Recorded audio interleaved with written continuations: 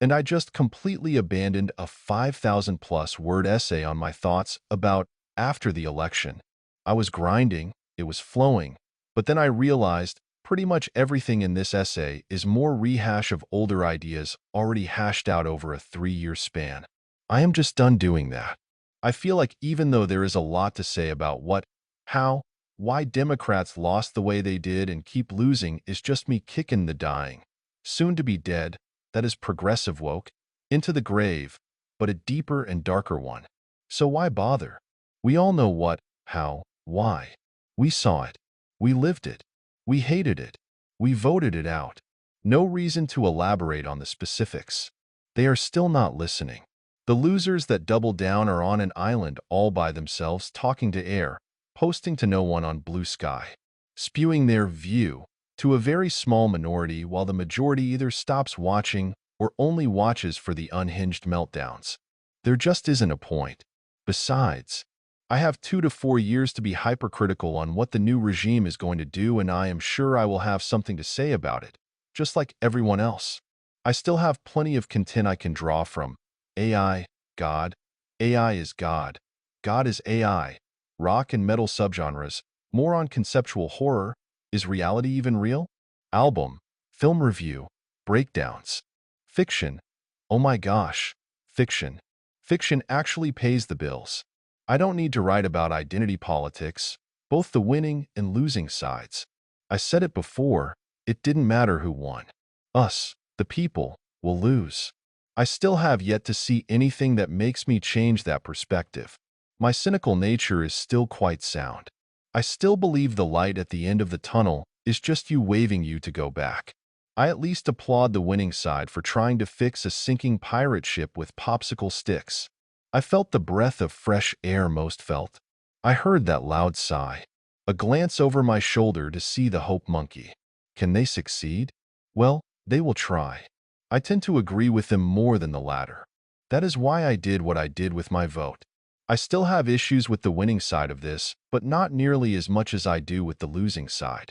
If I have to pick a side, I choose the side that hurts me the least in all respects and buries the other side. However, spite. There is that. These days, modern discourse is less about understanding and more about who can shout the loudest. This is an ego-driven circus, performing for applause while tribalism runs the show. It's all projection, identity politics at its finest. Left, right, center, black, white, yellow, red, blue. It's the same game, just with different colored jerseys. Nobody's clean, no one's blameless, no one is innocent. It's branding, not beliefs. Existentialism whispers in the background, reminding us how meaningless most of it is, especially the outrage. Let's face it, most of this outrage isn't about fixing anything. It's about influence, it's about power, it's about proving you're the good one in a society that couldn't care less and has even less good ones in it. Real progress? Yeah, we'll see about all that.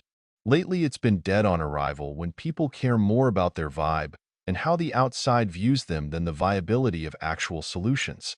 What they call progress is often just running backward and slapping a fancy label on it called progressivism.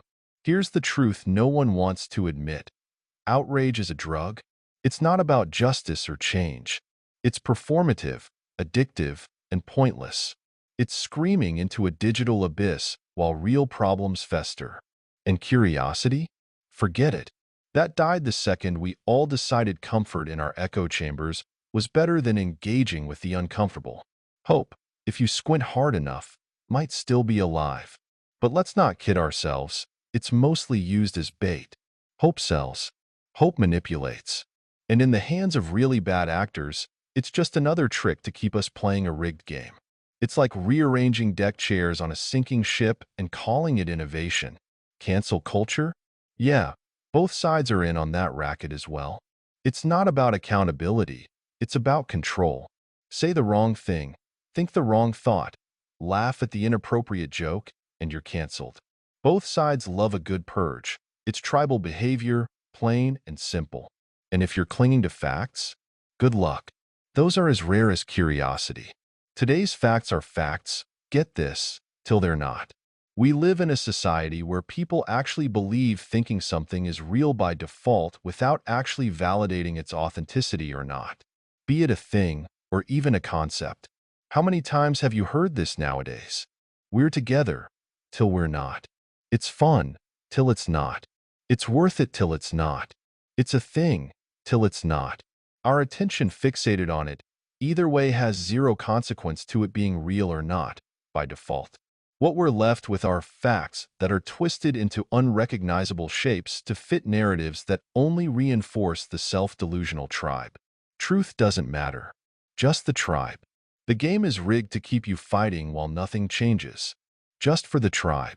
Schools are now battlegrounds for ideological supremacy, with progress being shoved down throats like it's the gospel. For the tribe. Except it's not progress. It's indoctrination in a shiny package. The elites are clueless, disconnected from the lives of the people they claim to lead. Credentials don't equal wisdom, and guess what? People noticed. They noticed so much they came out in droves. They're saying, no, thanks, go fuck yourself. The woke movement? It's good at making noise, elevating minority issues to mainstream status like everyone's on board when most weren't and aren't. Coercion isn't progress, it's manipulation. And the worst part? It's all underpinned by the same human flaws: greed, hatred, power lust, codependency, narcissistic sociopathy. These aren't ideological problems. They're human problems, and they're not going away. The 76,728,186 people who voted for Trump weren't just casting ballots. They were saying, this system is broken. It's not about left or right. It's about a system that's failing everyone. Both sides have bad ideas repackaged, and everyone pretends it's gourmet sweet cakes when it's just dressed up poop. So here we are, stuck in a cycle of outrage, tribalism, and stagnation. We've traded curiosity for conformity, dialogue for memes, relationships from an app, and progress for branding. It's a sinking ship, and the captain's arguing over what color the lifeboats should be: brown, blue, or pink. But hey, at least the memes are funny, right? The TikToks of liberals melting the fuck down in their cars are entertaining, but also it is very sad people are actually like this, even if they are living it up for the camera.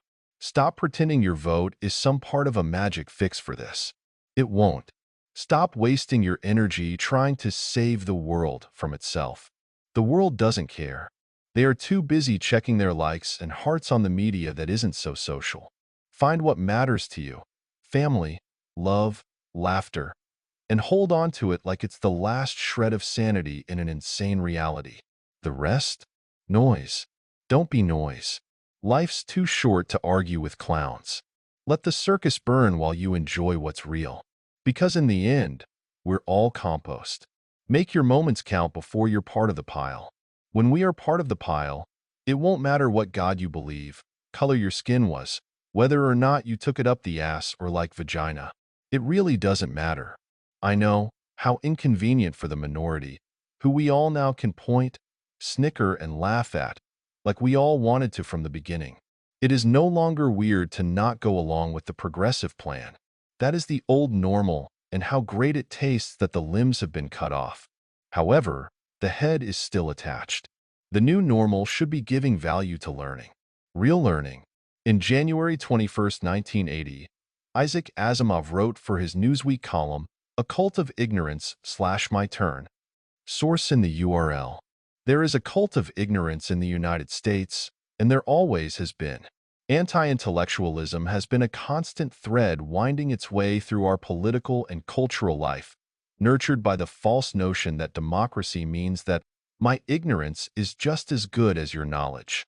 We have a new buzzword, too, for anyone who admires competence, knowledge, learning, and skill, and who wishes to spread it around. People like that are called elitists.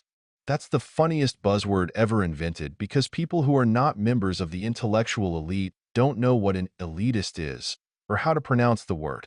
As soon as someone says elitist, it becomes clear that he or she is a closet elitist who is feeling guilty about having gone to school. I believe that every human being with a physically normal brain can learn a great deal and can be surprisingly intellectual. I believe that what we badly need is social approval of learning and social rewards for learning. We can all be members of the intellectual elite, and then, and only then, will a phrase like America's right to know, and indeed, any true concept of democracy have any meaning. Isaac Asimov once slammed society's growing love affair with ignorance, warning that too many folks mistake democracy for, "My dumb opinion is just as good as your informed one." He mocked the distrust of experts, like saying, "Who needs a pilot? I've seen Top Gun twice." Asimov stressed education was the only antidote to this nonsense, but feared we'd rather binge gossip than learn facts. His cynicism oozed. In a world run by science, we can't afford to act like cavemen with Wi-Fi. Basically, he thought stupidity wasn't just annoying. It was a civilization-ending event waiting to happen. If he only knew. Yeah, yeah, I got bad news for you. They don't have a monopoly on stupid. You wear Queers for Palestine t-shirts and masks 2 years after the pandemic ended. And you can't define woman. I mean, person who menstruates. You're the teachers' union education party, and you've turned schools and colleges into a joke. You just lost a crazy contest to an actual crazy person. Bill Maher, YouTube posting November 15, 2024. The world's a dumpster fire of tribal outrage, created by the very ignorance that claims it fights against and TikTok meltdowns. But hey, maybe while the world burns, you'll find a nice spot on the beach to eat that apple and just say, fuck. Stay curious, stay human. Hope might just survive the dive. Happy Thanksgiving, everyone. Inconvenience. By David Angelo Mineo. November 25, 2024. 1,852 words.